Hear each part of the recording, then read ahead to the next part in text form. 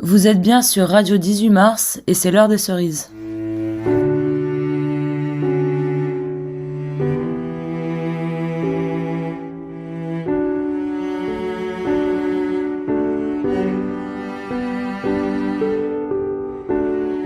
Après une semaine d'attente et de crainte sur le sort de notre journaliste Justin Pindard, nous sommes avec Guillaume aujourd'hui ravis de vous annoncer une très très bonne nouvelle.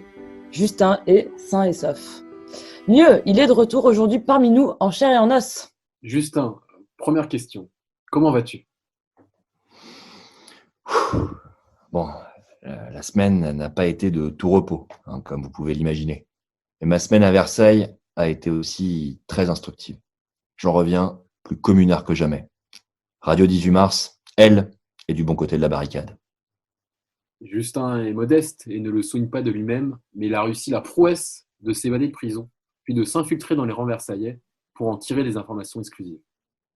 Revenons sur cette dernière semaine mouvementée, si tu le veux bien, Justin. Dimanche dernier, ton micro enregistrait l'exécution sommaire de notre cher Duval en direct sur nos ondes. Est-ce que tu peux nous dire ce qui s'est passé ensuite?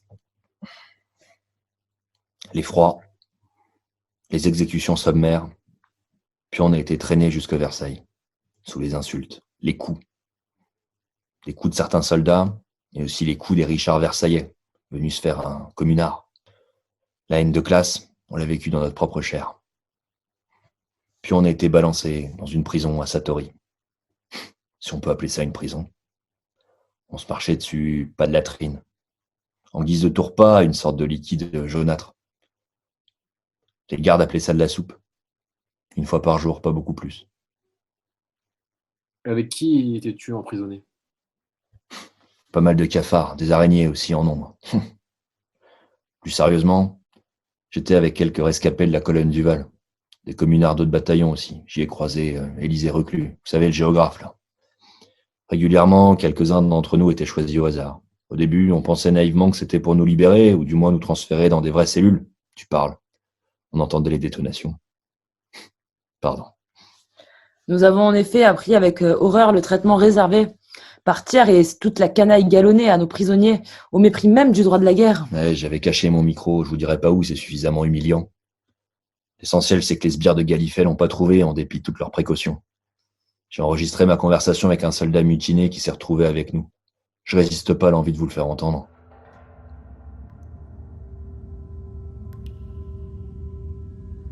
Alors, Paul, merci d'accepter de répondre à mes questions, malgré le contexte. Faut que le monde sache. Effectivement. Est-ce que tu peux te présenter? Comment tu t'es retrouvé là, par exemple? Je suis soldat depuis quelques années. Pas de gaieté de cœur, hein. Et j'ai d'abord été tiré au sort pour le service national. Ensuite, je suis resté. L'habitude, absence d'alternative et puis la paye. La paye, ça compte. Mais depuis des mois, avec quelques-uns de mon régiment, on n'est pas d'accord avec le commandement militaire. Ils nous ont envoyés à la boucherie contre les Prussiens. Pas de plan d'attaque, pas d'organisation de la défense. À croire qu'ils voulaient pas la gagner, cette guerre. Alors, le 18 mars, j'étais en service à Versailles, malheureusement. Si j'avais été sur Paris, j'y serais resté, je peux te dire. Tirer sur nos propres frères, pas possible pour moi. Puis la commune, ça me parle, moi. Moi, j'étais ouvrier mécanicien au Creusot, chez Schneider, avant de m'engager. Et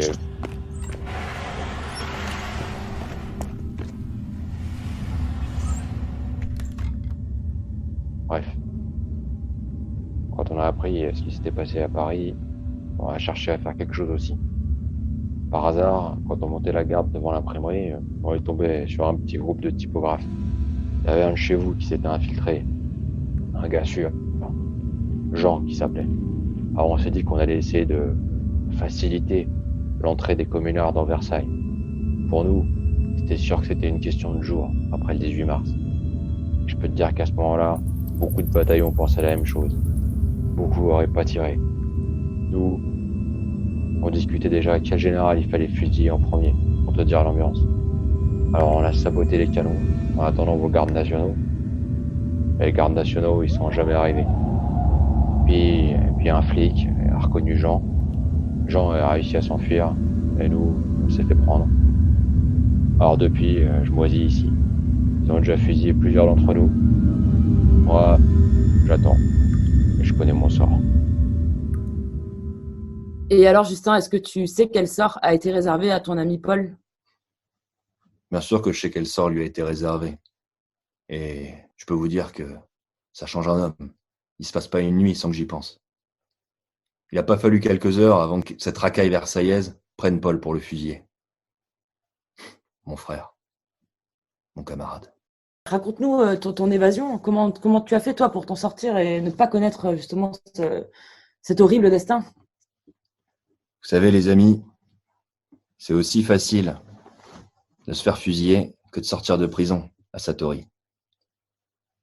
La racaille rurale, ce qu'elle donne aux soldats pour les monter contre nous, c'est pas des idées, c'est avant tout de l'alcool. Et je peux vous dire qu'à partir de 22h, ils sont suffisamment saouls comme des cochons pour qu'on puisse passer à travers les barreaux, si vous voyez ce que je veux dire. Une fois dehors, j'ai décidé de profiter de ma présence à Versailles pour gratter quelques bonnes infos. Et en me faisant passer pour un laquais, j'ai réussi à pénétrer les salons intimes de la bourgeoisie versaillaise. Alors, dans le petit reportage qui va suivre et que je vous ai concocté, vous allez entendre mesdames Favre et Thiers qui recevaient à dîner un fidèle de l'heure des cerises, j'espère que nos auditeurs le reconnaîtront, ainsi que le secrétaire particulier de notre ministre des Finances, Monsieur Pouillet-Cartier. Âme sensible, éloignez les enfants du poste. Et là, ce grain de papier m'appelle Ponsognac. Je vais fermer son caquet à ce gueux. Oh, mais les impolis, les imprudents. C'est comme une arme, méritent bien le sort qu'on leur inflige. Je vous le dis, mes amis, et je tiens ces informations de mon mari.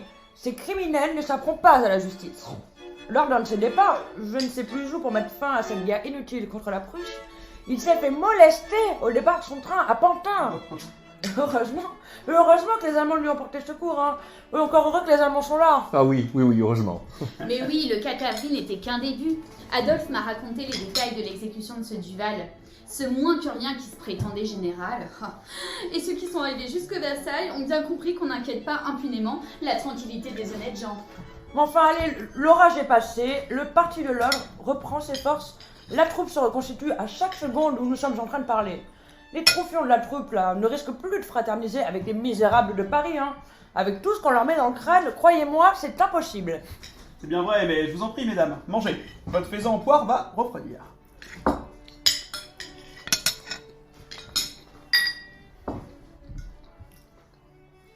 Mais alors, racontez-nous, monsieur Durinel, avec votre maître Pouillet-Cartier, vous devez en savoir plus sur les négociations de paix. Oui, mais je ne peux pas en parler. Allez, allons donc, soyons sérieux. Plus sérieusement, le gouvernement fait tout pour que Bismarck envoie le plus vite possible les cutéreux qu'il a fait prisonniers. On sait qu'on va avoir besoin d'eux. Peut-être va-t-on devoir y laisser plus que l'Alsace et la Moselle. Mais qu'importe, l'important c'est de rétablir l'ordre. Oui, enfin quand même, cette guerre nous aura coûté cher. Cette guerre, c'était la dernière folie de l'Empire. Il est parti en même temps qu'elle, bon débarras. Il devenait un point mort sur l'industrie et le commerce. Mon maître, on sait quelque chose. Dois-je vous rappeler, monsieur, que le commerce avec l'Angleterre et son traité de libre-échange a inampinément entravé les affaires? Ça, mais quand même, l'Alsace et la Moselle. L'Alsace et la Moselle, et plus il le faut. L'essentiel est de réduire Paris. Ah, mais voilà le comté et sa sucrine balsamique. Ce Christophe Duroy est un excellent cuisinier. Eh bien, ces Richards, ils ne connaissent pas les restrictions. Par contre, on savait qu'ils se torchaient avec l'Alsace et la Moselle, mais à ce point, moi-même, je suis sur le derche. Ah, mais attends. T'as pas encore tout entendu.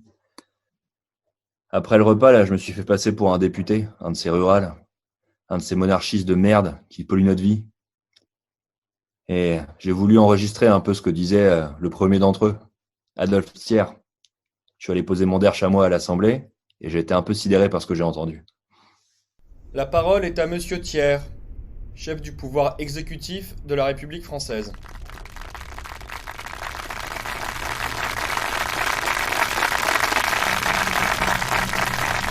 Messieurs,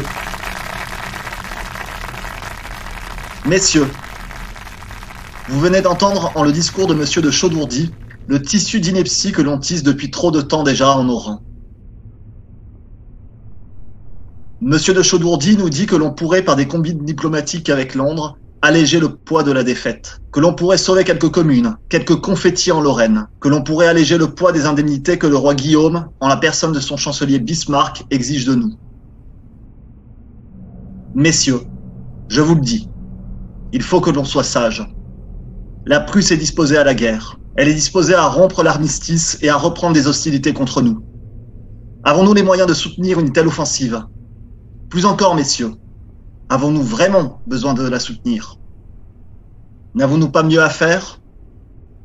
Ne faut-il pas plutôt réduire Paris? Et pour ça, le meilleur moyen n'est-il pas de parer au plus pressé en obtenant du chancelier de Prusse les moyens nécessaires à la pacification de la capitale? Messieurs, je vous le dis, tenter de faire jouer la diplomatie, la couronne britannique contre celle de Bismarck, c'est la guerre. Si vous voulez la guerre, je m'en vais.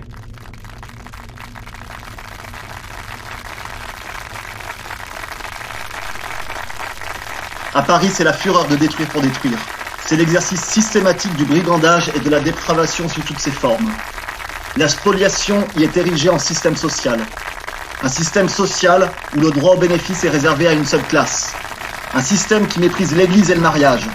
Bref, un système que les honnêtes gens se doivent de réduire. Et l'on parle encore du traité de paix avec la Prusse? Allons, messieurs, allons donc. Un peu de sérieux. Notre problème est de rétablir la propriété, la religion, la famille. En un mot, messieurs, l'ordre.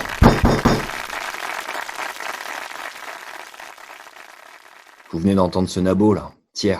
Je le déteste. En tout cas, je voulais vous dire, les camarades, ça me fait plaisir de vous revoir. Et surtout, ça me fait plaisir d'être à nouveau dans le studio de Radio 18 Mars. Pour l'heure des cerises, on se retrouve la semaine prochaine.